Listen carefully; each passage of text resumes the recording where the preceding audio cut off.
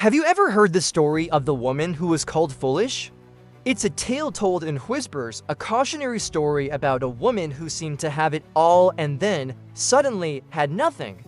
But I want to tell you a different version of that story today. A truer version, because what people called foolishness, I call courage. Our story begins in a small, picturesque town, the kind you see on postcards. In this town lived a woman named Elara. She wasn't born into wealth, but she was incredibly resourceful.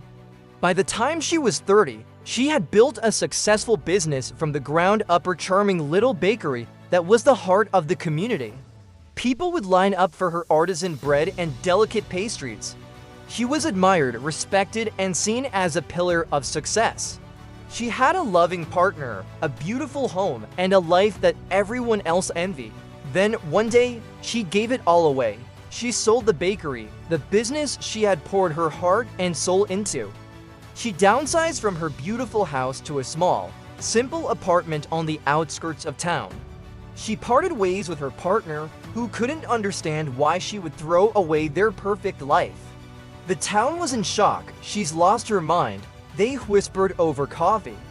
What a foolish woman, to give up everything she worked so hard for. Her name became a synonym for failure, a story mothers told their daughters about the dangers of not appreciating what you have.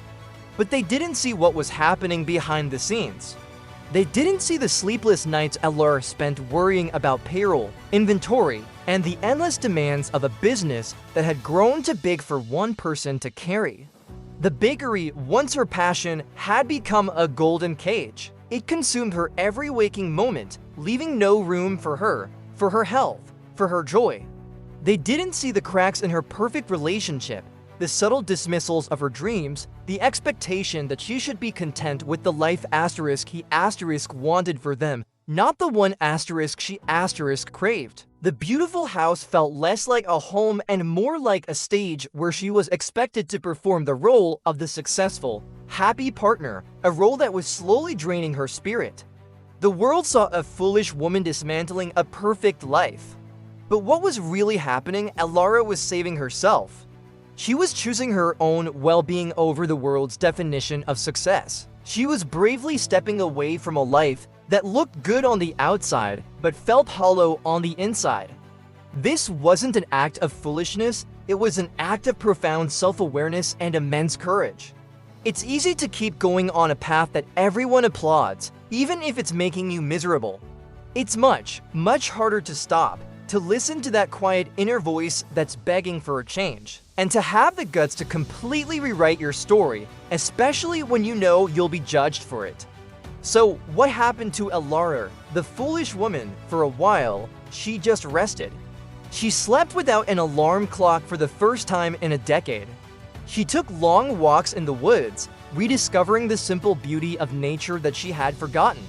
She started painting again, a childhood passion she had long abandoned because she was too busy. She reconnected with old friends, the ones who saw her asterisk and not her success. Slowly, a new dream began to take shape. It wasn't as grand or as impressive as her old life. She started a small community garden, teaching local kids how to grow their own food. She baked, but only when she wanted to, sharing her creations with her neighbors not for profit, but for the joy of it. She found a new kind of wealth not in her bank account, but in her time, her freedom, and her peace of mind. She found love again too, but this time it was different. It wasn't about building an empire or keeping up appearances. It was a partnership built on mutual support, shared values, and the freedom to be authentically themselves. Her life was smaller, quieter, and infinitely more joyful. The people in town, well, some of them still whisper, but others, the ones who took the time to look closer, saw a woman who was genuinely happy. They saw light in her eyes that had been missing for years. They started to wonder if maybe, just maybe, Elara wasn't foolish at all. Maybe she was the wisest one among them. This story isn't really about Elara, it's about you. It's about any of us who have ever felt trapped by our own lives, by the expectations we've placed on ourselves, or by the expectations of others. It's about the fear of being called foolish for wanting something different. How many of us are staying in jobs that drain our souls because it's the sensible thing to do? How many are in relationships that dim our light because leaving seems too scary or complicated?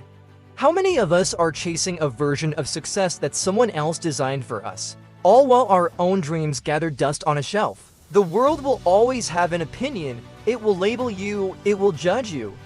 People will call you foolish for leaving the sure thing. They'll call you crazy for starting over.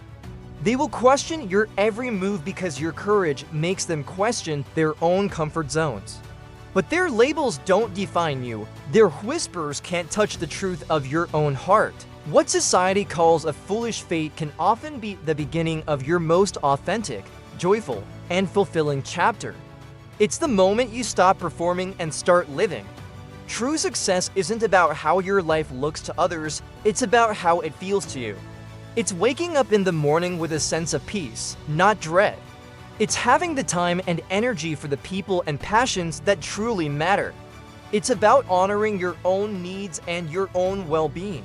So I ask you this, what is the bakery in your life? What is that thing that looks impressive from the outside but feels like a heavy burden on the inside? What would it take for you to have the courage to walk away, to redefine success on your own terms? It doesn't have to be a dramatic, overnight change like Alara's. It can start small. It can be saying no to something that drains you. It can be carving out 1 hour a week for a forgotten hobby. It can be having an honest conversation with yourself about what you truly want. The next time you hear a story about a foolish person who gave it all up, I hope you'll remember Alara. I hope you'll see the bravery behind the choice, the wisdom in prioritizing one's own happiness above all else. Maybe the foolish ones aren't those who dare to change, but those who are too afraid not to. Your life is your story to write. Don't let the fear of being misunderstood keep you from writing a masterpiece. Be brave, be bold, and if the world calls you foolish, wear it as a badge of honor. It means you're finally living for you. Thank you so much for spending this time with me today.